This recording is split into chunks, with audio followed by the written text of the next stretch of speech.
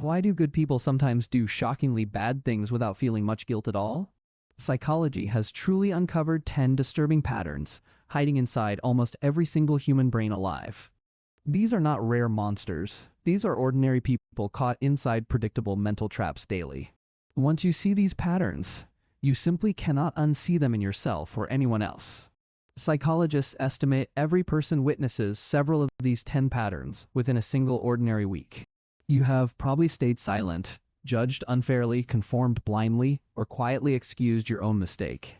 This is not an accusation, it is an honest description of how human brains work. The goal of this video is awareness, not shame, guilt, or harsh personal self-punishment. Society tells you bad behavior comes from bad people with broken, evil, or twisted minds. But decades of research show bad behavior often comes from normal brains under normal pressure. These patterns are studied inside real university labs, not created inside movies or fiction novels. Psychologists study dark behavior carefully, using strict ethics rules that protect real human participants today. This is exactly why psychology remains one of the most fascinating, useful sciences ever created. Understanding these 10 patterns will change how you see news stories, coworkers, and even yourself. Researchers now believe understanding darkness in the mind actually helps prevent darkness in real actions. Fact number 1 is called the bystander effect, and it is genuinely quite disturbing indeed. In 1964, a woman named Kitty Genovese was attacked outside her apartment in New York. Newspapers claimed 38 witnesses heard her screams and did absolutely nothing to even help her. Psychologists John Darley and Bibb Latané wanted to understand why so many people stayed silent. In 1968, they ran experiments testing how group size affects a person's willingness to help. They found the more witnesses present, the less likely any single person intervenes at all. This is called diffusion of responsibility, where everyone simply assumes someone else will act instead. Here is the weight, that's insane fact, hiding inside this very uncomfortable psychological discovery today. In their experiment, 90% of solo witnesses helped, but only 31% helped groups. Being surrounded by other people can literally make you less likely to help someone suffering. Picture a crowded subway platform in New York City on a busy Tuesday afternoon commute. A man collapses suddenly, yet dozens of commuters simply glance away and keep walking past. Each person assumes someone else, maybe more qualified, will surely step forward and help him. Nobody acts, and the man lies there because responsibility quietly evaporated into the crowded silence. This knowledge is not comfortable, but comfortable knowledge rarely changes anything about behavior at all. In 2008, a woman named Esmond Green collapsed on a hospital room floor in Brooklyn. Security footage showed other patients and staff walking past her for nearly 1 full hour. Nobody helped because everyone silently assumed hospital staff somewhere nearby would surely handle the situation. This same diffusion pattern explains why office complaints about a bad manager rarely get reported. Each employee assumes another coworker will eventually speak up, so nobody actually speaks up first. Researchers now teach a simple fix, pointing at one specific bystander and asking for help. Saying, "You in the blue jacket, call an ambulance," breaks diffusion by removing anonymity instantly. This single technique has saved lives in real emergencies documented across multiple hospital safety studies. The bystander effect proves crowds do not guarantee safety. Sometimes crowds quietly guarantee dangerous silence. In 2010, a viral video showed dozens of beachgoers watching a man drown without helping.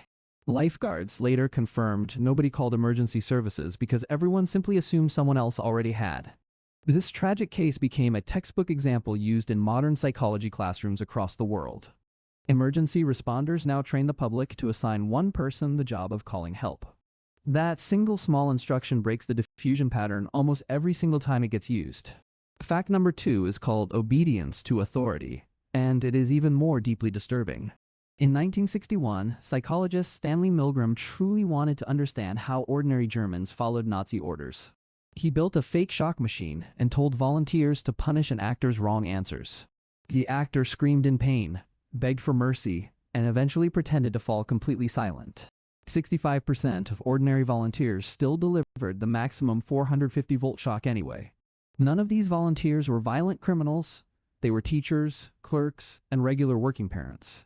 They simply obeyed a man in a lab coat, calmly saying the experiment must continue. This proves authority alone can override a normal person's deep sense of right and wrong. Picture a nurse in a 1966 hospital study receiving a call from an unknown doctor. The doctor ordered double the safe medication dose, clearly violating basic hospital safety protocol rules. 95% of nurses began preparing the dangerous dose before another staff member stopped them. They trusted the voice of authority far more than their own carefully trained medical judgment. In 2004, real American soldiers abused prisoners at Abu Ghraib prison under intense wartime pressure. Investigators later found ordinary soldiers, not violent criminals, had simply followed unclear, unchecked chain of command orders. Psychologists studying the case pointed directly back toward Milgram's original obedience findings from decades earlier. Modern corporations now train employees to question unethical instructions instead of blindly obeying every order. Airlines specifically train junior pilots to challenge a captain's dangerous decision without fearing workplace punishment. This training exists precisely because obedience to authority can override even basic safety common sense. The lesson is not that authority is evil, but that blind obedience deserves questioning always. Obedience research also explains why cult members follow clearly dangerous leaders without ever questioning orders. Jonestown in 1978 showed hundreds of ordinary followers obeying a leader's horrifying final command completely. Psychologists studying cults now teach specific warning signs like isolation, secrecy, and unquestioned obedience demands. Recognizing these warning signs has helped former cult members escape dangerous situations before real harm. Fact number 3 is called the Stanford Prison Experiment, and it shocked the entire world. In 1971, psychologist Philip Zimbardo randomly assigned ordinary college students to play guards and prisoners. Within just 6 days, the fake guards became cruel, humiliating, and disturbingly aggressive toward prisoners. The experiment was supposed to last 2 full weeks, but Zimbardo shut it down early. He later admitted he completely lost objectivity, slipping into the role of prison superintendent himself. This proves ordinary situations, not just personalities, can quietly turn kind people cruel and controlling. Give someone a uniform, a badge, and unchecked power, and their behavior can shift dramatically. This same pattern later appeared in real prison abuse scandals decades after that original study. After the Stanford Prison Experiment, universities created strict ethics boards reviewing every human research study. These boards require informed consent, safety checks, and the right to quit at any moment. Zimbardo's disturbing study accidentally protected countless future research participants from experiencing similar unethical psychological harm. A similar pattern appeared decades later when prison guards abused inmates at Abu Ghraib prison. Ordinary uniforms, unchecked power, and dehumanizing language combined to unlock disturbingly cruel behavior surprisingly quickly. This proves the danger was never about specific individuals, it was about dangerous, unchecked systems. The Stanford Prison Experiment revealed something hopeful. A small number of guards refused cruelty entirely. Those refusing guards proved individual character still matters, even inside deeply corrupting, high-pressure situations. Researchers now study these resistant individuals hoping to teach others how moral courage actually works. Fact number 4 is called the fundamental attribution error, and everyone falls for it daily. When someone else cuts you off in traffic, you assume they are simply a jerk. When you cut someone off, you blame traffic, stress, or being late for work instead. Psychologists call this blaming others' character while conveniently excusing our own identical behavior through circumstance. A 1977 Stanford study found people quite consistently judge others harshly while excusing themselves generously. This tiny bias quietly fuels road rage, workplace conflict, and countless unnecessary personal arguments daily. Picture 2 coworkers both missing the exact same important deadline on a stressful Friday afternoon. One coworker blames herself as lazy, while judging her teammate as clearly careless and unprofessional. Neither judgment is fair, yet both feel completely true inside each person's own biased mind. Road rage studies show drivers rate other drivers' mistakes as intentional, careless, and morally wrong. Yet those same drivers rate their own identical mistakes as accidental, forgivable, and understandable instead. A 2014 driving simulator study found this bias increased actual aggressive honking and tailgating behavior. Simple awareness of this bias has been shown to measurably reduce aggressive driving incidents nationwide. Performance reviews show managers blame employee failures on laziness while blaming their failures on circumstance.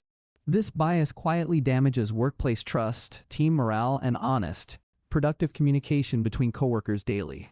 Simply asking, "What circumstances might explain this?" before judging someone reduces this unfair bias significantly. Studies show people who reduce this bias report happier marriages, calmer commutes, and better friendships. Fundamental attribution error even shapes how strangers judge homeless people sitting quietly on busy sidewalks. Passersby often assume laziness or poor choices, ignoring mental illness, job loss, family tragedy entirely. A 2016 study found brief conversations with homeless individuals reduced this unfair, automatic judgment bias. Simple human contact quietly dissolves the attribution error that distance and anonymity usually create instead. Fact number 5 is called the just world hypothesis, and it explains cruel victim blaming. Humans desperately want to always believe the world is fair, orderly, and morally balanced overall. So when bad things happen to innocent people, our brains search for a hidden reason. A 1966 study found people rated innocent victims more harshly after simply watching them suffer. Watching suffering without being able to help quietly pushed people toward blaming the victim instead. This explains why people ask what a victim was wearing after a violent assault occurs. It is not cruelty. It is the brain protecting its comforting belief in basic fairness. If bad things only happen to bad people, then good people always feel completely safe. That comforting lie actually quietly damages real victims who deserve compassion instead of unfair blame. People often blame poverty on laziness, ignoring housing costs, medical bills, and unstable wage jobs. A 2001 study found wealthier participants blamed poor people's circumstances on personal character more often. This bias comforts wealthier people, letting them believe their success came purely from personal effort. Ignoring circumstance, while judging poverty quietly blocks helpful policy solutions and genuine, effective social compassion. Recognizing this bias does not mean ignoring personal responsibility, it means adding honest context in. The just world hypothesis explains why bullying victims often blame themselves for their own suffering. Victims assume they somehow deserved cruelty, protecting their belief that the world remains fundamentally fair. Therapists now specifically address this hidden belief when helping bullying survivors heal from lasting trauma. Fact number 6 is called de-individuation, and it explains why mobs behave so very differently. Inside a crowd, individual identity fades, and personal responsibility quietly dissolves into complete group anonymity. A 1979 study found masked participants delivered far stronger shocks than unmasked, identifiable participants did. Anonymity removes the fear of judgment, and judgment usually restrains our own worst possible impulses. During the 2011 London riots, ordinary citizens looted stores alongside strangers wearing hoodies and masks. Many later said they felt swept up, almost invisible, inside the chaotic anonymous crowd energy. This is why online trolls say cruel things they would never say face to face. A screen name works exactly like a mask, hiding identity and removing normal social restraint. In 1976, researchers gave trick-or-treating children candy while secretly testing masked versus unmasked stealing behavior. Psychologist Ed Diener found masked children stole twice as much candy as unmasked children did. Simply asking a child's name before handing out candy cut stealing behavior that same night. This proves anonymity, not character, was quietly driving the children's surprisingly dishonest holiday night behavior. Online platforms recreate this exact anonymity effect through usernames, avatars, and disconnected, faceless digital profiles. Adding names and profile photos to comment sections has been shown to reduce online cruelty. De-individuation teaches us that identity, not morality alone, quietly shapes how kindly people actually behave. Individuation studies also explain why online mobs pile onto a single stranger's minor public mistake. Thousands of anonymous accounts feel emboldened to send cruel messages they would never say aloud. Platforms experimenting with mandatory real names have documented measurable drops in this specific pile-on behavior. Fact number 7 is called conformity, and Solomon Asch proved it in a 1951 study. He asked people to judge simple line lengths while sitting among actors giving wrong answers. 75% of real participants conformed to the obviously wrong group answer at least once. They knew the correct answer, yet group pressure made them doubt their own clear eyes. Picture a classroom in 1952 where every student except one gives the same wrong answer. The lone real participant hesitates, sweats slightly, then quietly agrees with the incorrect group answer. This single experiment proves social pressure can even override plain, obvious, undeniable physical evidence entirely. We conform not because we are stupid, but because disagreement feels socially risky and uncomfortable. Modern social media recreates Ash's conformity pressure through likes, shares, follower counts, and comment sections. People often change genuine opinions simply because a popular post shows thousands of agreeing comments. A 2013 online study found people were more likely to upvote already popular opinions blindly. This explains why unpopular but correct opinions often struggle badly to gain traction online today. Teaching children to say, "I disagree," builds resistance against harmful conformity pressure later in life. Conformity is not always bad. Sometimes group agreement genuinely reflects shared, accurate, collective human wisdom. The danger appears only when conformity silences obviously true facts or necessary disagreement and doubt. Conformity research explains dangerous medical mistakes, where junior doctors hesitate to correct a senior's error. A 2016 hospital study found nurses stayed silent about mistakes made by higher-ranking doctors. Hospitals now train staff using specific phrases designed to challenge authority without fearing professional punishment. Fact number 8 is called sunk cost fallacy, and it wastes billions of dollars yearly. Once we invest time, money, or effort, we struggle to abandon a clearly failing decision. The British and French governments kept funding the Concorde jet, despite mounting proven financial losses. Economists now simply call any doomed investment kept alive by pride the Concorde fallacy worldwide. Picture someone sitting through a terrible 3-hour movie because they already paid for tickets. Leaving would waste the ticket price, but staying even wastes 3 more precious hours instead. Logically, the ticket money is already completely gone regardless of whether you stay or leave. Yet our brains hate admitting waste, so we throw more good time after bad investments. This exact bias keeps people trapped in failing relationships, failing jobs, and failing business plans. Gamblers famously chase losses, betting more money hoping to recover their earlier painful financial losses. A 2004 study found gamblers made increasingly risky bets after experiencing earlier significant financial losses. Investors similarly hold on to failing stocks, refusing to sell simply because they already lost money. Casinos famously design environments specifically to trigger this exact costly, irrational sunk cost thinking pattern. Financial advisors now teach clients to ignore past losses when making new investment decisions today. The only question that should matter is what happens next, never what has been spent. Recognizing sunk cost thinking has helped people quit bad jobs, bad relationships, and bad habits. Sunk cost thinking even explains why governments continue funding clearly failed infrastructure projects for decades. Politicians fear admitting waste more than they fear the actual cost of continued, pointless spending. Economists call this specific political version the escalation of commitment inside entire large bureaucratic systems. Fact number 9 is called Schadenfreude, a German word meaning pleasure from someone else's pain. A 2006 brain scan study found pleasure centers lit up brightly when disliked people suffered. Researchers led by Hideko Takahashi found this reaction was strongest toward particular envied rival groups. We feel genuine joy watching an arrogant celebrity fail or a rival team lose badly. This is not random cruelty. It is an ancient tribal instinct rewarding rival group misfortune. Picture a fan cheering loudly when a hated rival team fumbles during the championship game. That cheer feels harmless, yet it reveals a darker tribal wiring hidden inside every brain. Social media, dunking culture rewards users who mock a rival's embarrassing mistake or failure online. A viral tweet mocking someone's failure often earns more engagement than a kind, supportive comment. This proves Schadenfreude scales instantly online, rewarding cruelty with likes, shares, and constant public attention. Understanding this mechanism helps platform designers build healthier systems that reward kindness instead of cruelty. Sports rivalries intensify this feeling, turning a rival team's painful loss into personal celebration instead. Recognizing this instinct does not mean suppressing joy. It means noticing when joy becomes cruelty. Schadenfreude research shows this feeling weakens significantly once people feel genuine empathy toward a rival. Simply imagining a rival's private struggles measurably reduced pleasure participants felt watching that rival suffer. This proves Schadenfreude is not fixed. It can shrink through simple, deliberate perspective-taking exercises. Fact number 10 is called moral licensing, and it somehow quietly excuses future bad behavior. Once we do one small good deed, we feel entitled to slightly bad behavior afterward. A 2009 study found people who bought environmentally friendly products later cheated and stole more.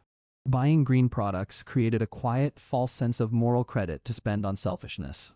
Picture someone donating generously to charity, then justifying an unkind comment toward a coworker later. Their brain quietly whispers they have already earned enough goodness credit for one single day. This explains why generous people sometimes later surprise us with unexpectedly selfish or unkind moments. Dieters often use one cheat meal as moral licensing to justify an entire unhealthy weekend. A 2010 nutrition study found dieters who exercised hard later ate larger unhealthy meal portions. Volunteers who donated time to charity later felt entitled to skip everyday acts of kindness. This pattern quietly undermines long-term goals by treating good actions like permanent moral credit. Awareness of moral licensing helps people notice the excuse before acting on a selfish impulse. Moral licensing even explains political scandals, where leaders campaign on honesty then quietly break promises. Researchers call this hypocrisy gap the result of moral credit built from public image alone. Recognizing moral licensing in leaders helps citizens judge actions instead of comforting crafted public image. Now here is the twist most people watching this video never actually expected to hear. None of these 10 patterns make someone evil, broken, or fundamentally different from anyone else. Every single person alive quietly carries all 10 of these exact same psychological trapwires. The difference between a good person and a bad person is simply awareness and effort. People who recognize these patterns can consciously interrupt them before acting on old autopilot impulse. People who stay unaware simply repeat the same predictable mistakes throughout their entire unexamined lives. The safest approach treats every day as a fresh, separate choice, not a credit balance. 10 patterns, yet each one quietly shapes decisions inside courtrooms, hospitals, offices, and family homes. None of these patterns require a villain, they require a normal brain under normal pressure. Recognizing a pattern in yourself takes real courage, since blindness always feels more comfortable initially. Real change starts the moment you notice a pattern happening instead of judging yourself afterward. Share this video with someone who constantly blames others while quietly excusing their identical mistakes. But there is an important dark side we must honestly address before finishing this video. Understanding these patterns can quite accidentally become a convenient excuse for genuinely harmful, selfish behavior. Saying everyone conforms does not ever excuse joining a violent, cruel, or hateful crowd action. Saying obedience is natural does not ever excuse following clearly immoral or dangerous orders blindly. Psychology explains behavior, but explanation should never ever become permission for causing real, avoidable harm. All 10 patterns share one deeply human root: our brains constantly search for mental shortcuts. Shortcuts save precious mental energy, but shortcuts also quietly create blind spots and dangerous mistakes. Evolution rewarded quick group decisions long before modern complex societies existed with today's ethical challenges. Our ancient brains have not fully caught up with our incredibly complex modern social world. This does not excuse bad behavior, but it explains why bad behavior feels disturbingly common. The dangerous moment is not making a mistake, it is refusing to notice the mistake. A 2015 study found people who blamed situations entirely showed less genuine remorse after wrongdoing. Removing all personal responsibility can quietly damage empathy, accountability, and genuine moral growth over time. The healthiest approach uses this knowledge as a personal mirror, never as a comfortable shield. Ask yourself honestly which of these 10 patterns has quietly influenced your own choices before. Maybe you stayed silent in a crowd, assuming someone braver would surely step forward instead. Maybe you once judged a stranger harshly while quietly excusing your own identical, forgivable mistake. You are not broken for having these patterns. You are quite simply, completely, undeniably human. But here is a quiet warning before you close this video and forget everything learned. Awareness fades very quickly unless you actively practice noticing these patterns in daily real situations. Next time you feel the urge to stay silent, pause and consciously choose to act. Next time you judge someone harshly, pause and ask what circumstances you cannot fully see. Small conscious pauses, repeated often enough, slowly rewire automatic reactions into very thoughtful, deliberate choices. Self-aware people actively build small checks, pausing before judging, conforming, obeying, or excusing themselves. Therapists recommend simply naming the bias out loud the moment you notice it happening internally. Saying, "This might be sunk cost thinking," out loud interrupts the automatic pattern almost immediately. Teachers now include these 10 patterns inside basic psychology courses taught to teenagers worldwide today. Early education about these biases builds healthier adults who question authority and judge situations fairly. Parents can teach children these patterns using age-appropriate stories instead of complicated academic language. A child who understands diffusion of responsibility grows into an adult likely to help others. This knowledge ripples outward, changing families, workplaces, friendships, and eventually entire communities over enough time. Small, consistent awareness truly compounds over years, quietly building wiser, kinder, more thoughtful communities everywhere. 10 patterns, discovered across decades, prove something both humbling and strangely comforting about human nature. If this video changed how you see human behavior, subscribing helps this channel keep researching.